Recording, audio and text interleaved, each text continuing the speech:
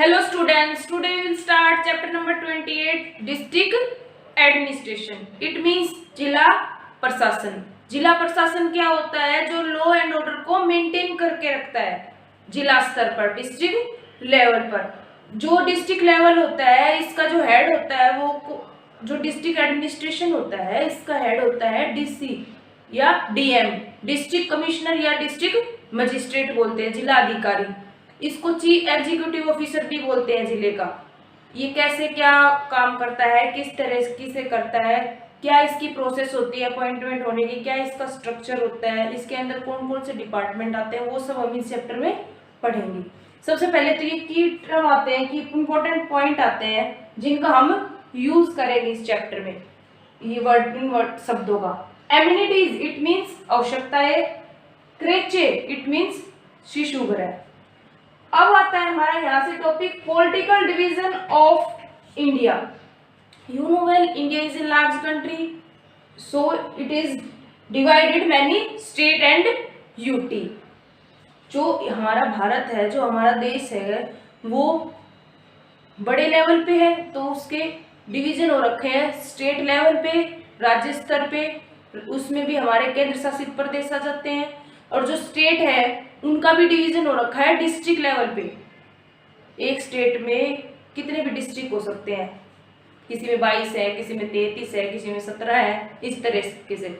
और फिर उन डिस्ट्रिक्ट में भी सब डिवीजन होते हैं. डिस्ट्रिक्ट में तहसील आ जाती है, तहसील में भी विलेज आ जाते हैं. तहसील भी हमारी छोटे छोटे गाँव में बटी हुई है. तो कहने का मतलब है जो राजनीतिक जो डिवीजन होता है हमारे कंट्री में वो किस तरीके से होता है. ये सबसे पहले तो जो पॉलिटिकल डिवीजन आता है इसमें तो उस एरिया की बात होगी, उस कंट्री में कितना एरिया है, उस देश का एरिया कितना है, कितनी उसमें पॉपुलेशन है, पॉपुलेशन का और कितनी इट मीन्स जनसंख्या, कितनी जनसंख्या है, कितनी साक्षरता दर है, एजुकेशन, कितनी बर्थ रेट, डेथ रेट, ये सारे डाटा हम जब सेंसस में अकॉर्डिंग टू सेंसस मेथड में ये सारे होते हैं जो हमारी जनगणनाएं होती है ना टाइम टू टाइम, उसके अकॉर्डिंग सारे डाटा हमें पता चलते हैं. तो हमारी पॉपुलेशन कितनी है, कितने एरिया में है, क्या कुछ है, वो सब हम सेंसस में पढ़ते हैं, जनगणनाओं में.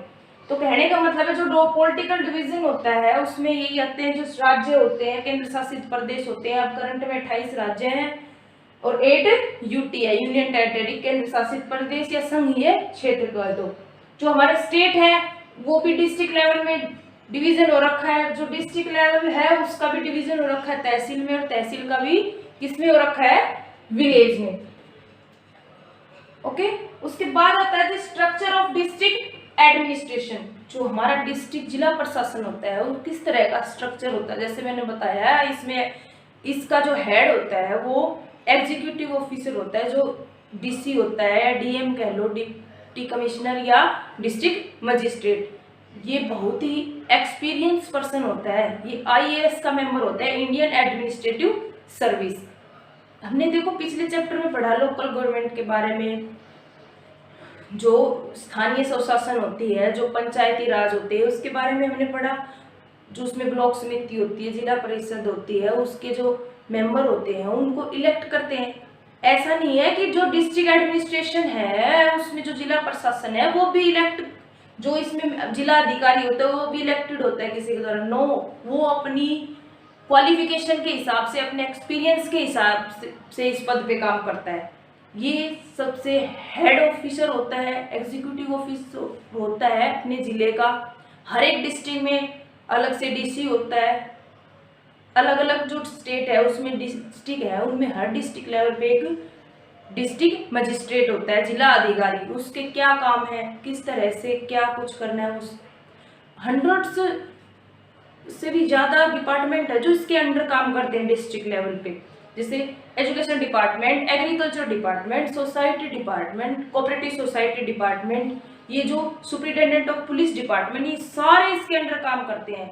और कुछ ऑफिशियल वर्क भी करते हैं जो इसके नीचे आते हैं, जैसे डिप्टी कलेक्टर आ गया, डीसी से नीचे हो तो जो हमारे तहसीलदार आ गए, ये सारे भी ऑफिशियली वर्क करते हैं. उसके बाद है ये बताया मैंने बहुत एक्सपीरियंस पर्सन होता है, ये आईएएस का मेंबर होता है. ये बहुत सारी प्रोसेस को पार करके इस पद पे अपॉइंट होता है। ये बहुत ही जो पावरफुल, जो कहते हैं ना, जो डिस्ट्रिक्ट की जो सबसे मेन पावर होती है वो डिस्ट्रिक्ट एडमिनिस्ट्रेशन, जो जिला प्रशासन की पावर किसके पास होती है? जिला अधिकारी के पास, डिस्ट्रिक्ट मजिस्ट्रेट के पास। अब आते हैं इसके फंक्शन ऑफ डिस्ट्रिक्ट एडमिनिस्ट्रेशन।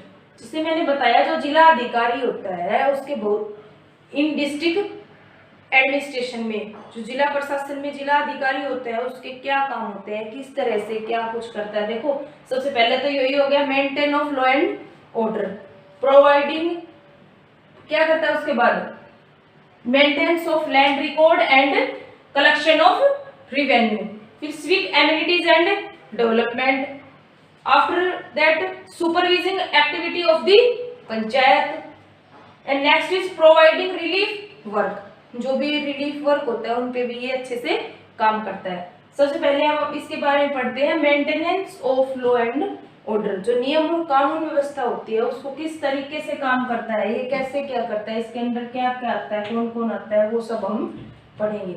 जो मेंटेनेंस, जो लॉ एंड ऑर्डर होता है वो, इसमें हमारी पुलिस आ जाती है, पुलिस डिपार्टमेंट आ जाती है। जो पुलिस डिपार्टमेंट होती है उसका हेड होता है SP, superintendent police, superintendent of police. उसके बाद आता है डीएसपी, जो डिप्टी सुपरिटेंडेंट ऑफ पुलिस होता है। लेकिन कहने का, फिर उसके बाद आ जाते हैं inspector, sub inspector, havildar and constable. तो कहने का मतलब है, जो न्याय व्यवस्था होती है वो, इसमें सबसे इंपॉर्टेंट रोल जिसका होता है वो पुलिस का होता है हर एक डिस्ट्रिक्ट में। उसके बाद जो तहसील होती है उसमें, और हर एक गांव में पुलिस स्टेशन होता है, थाना होता है हर एक गांव का अलग से, जिसमें उनके आपसी विवाद हो, आपसी झगड़े हो, या कोई भी उनको प्रॉब्लम हो, क्रिमिनल हो रहा हो, किसी तरह का कुछ भी हो, वो उससे रिलेटेड जो शिकायत दर्ज करा सकता है, जो भी उसके गांव के अंडर थाना आता है उसमें। जैसे किसी के साथ झगड़ा हो गया हो, या किसी के एक्सीडेंट हो गया हो, या चोरी हो गई हो, उससे रिलेटेड एप्लीकेशन जाके थाने में लिखवा सकता है, रिपोर्ट लिखवा सकता है। फिर उसके बाद क्या करेगा, जो पुलिस, जो थाना होता है उसका हेड इंस्पेक्टर होता है, जो इंस्पेक्टर होते हैं, सब इंस्पेक्टर होते हैं, कांस्टेबल, सब मिलके काम करते हैं उस थाने में। फिर वो क्या करेंगे, इन्वेस्टिगेशन करेंगे, उस रिपोर्ट से रिलेटेड पूछताछ करेंगे, या जो भी इंफॉर्मेशन लेंगे, उसके बाद उस प्रॉब्लम को वहीं पे सोल्व करेंगे विलेज लेवल पे। अगर वो वहीं सोल्व नहीं होती तो फिर वो आगे डिस्ट्रिक्ट लेवल पे चली जाती है। कहने का मतलब है, जो मेंटेन होती है लॉ एंड ऑर्डर एक डिस्ट्रिक्ट में, उसमें पुलिस का इंपॉर्टेंट रोल होता है। उसके बाद आता है maintenance of land record and collection of revenue. जो भूमि होती है, जो जमीन होती है, उसका डाटा, उसका रिकॉर्ड भी रखता है, और जो रिवेन्यू होता है उसका कलेक्शन करता है। कैसे करेगा लैंड रिकॉर्ड, कैसे रखता है? देखो, कोई फार्मर है हमारे गांव में, उसकी जमीन है इतनी, किसके कौन सी जमीन, कितनी नाम है, कौन सी है, कितनी है, किस तरह से है, वो जिसके पास जैसी रजिस्ट्री होगी कितनी जमीन की, उसके अकॉर्डिंग उसको लोन प्रोवाइड करता है। जब वो लोन देगा तो उस पर गवर्नमेंट को क्या मिलता है, इंटरेस्ट मिलता है, वही इनकम हो जाती है, कलेक्शन ऑफ रेवेन्यू हो जाता है। इसमें पटवारी जो हमारे होते हैं, लेखपाल, वो भी काम करते हैं।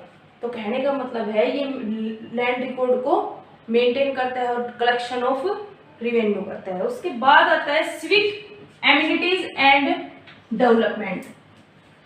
सिविक एमिनिटीज इट मीन्स जो सोशल नीड है, नागरिक आवश्यकता, एक सोसाइटी में रहने वाले पीपल हैं, जो सोसाइटी में लोग रहते हैं, उनकी आवश्यकताओं को ध्यान में देखते हुए काम करता है, उनको डेवलप करता है। सिविक एमिनिटीज में आ जाती है, जिससे हमारी transport facility, education facility, water supply facility, road facility, इस तरह के काम सारे हमारे किसके अंडर आते हैं, सिविक एमिनिटीज। लोगों की नीड को ध्यान में रखते हुए जो काम होते हैं उनको डेवलप करता है।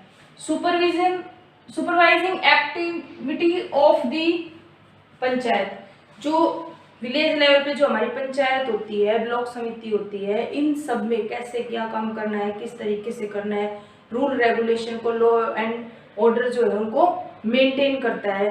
विलेज लेवल पे जो हमारी पंचायत होती है उनको सुपरविजन का काम करता है।